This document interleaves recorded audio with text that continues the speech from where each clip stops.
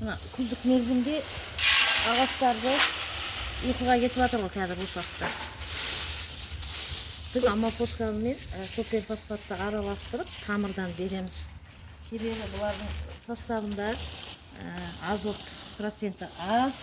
Бұлар тек қысы бойы ағаштардың қыстық тамағы деп есептеледі. Бұлардың өте күшті, әсері күшті. Әрбір ағаштың әбден араластырамыз.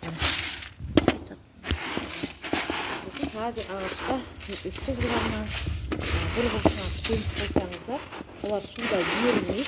Тек өзін бір бұрышына айналдырып көмсең де әр ағаштан, сосын сол өзі қыстық тамағы деп есептеледі бұл ағаштардың.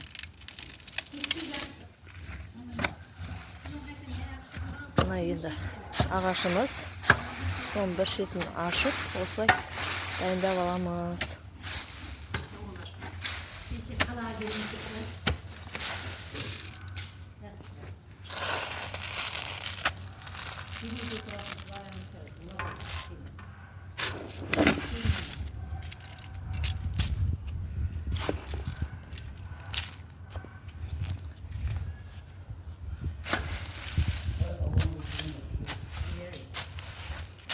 Bu ana Covid'in gezini belli oldu.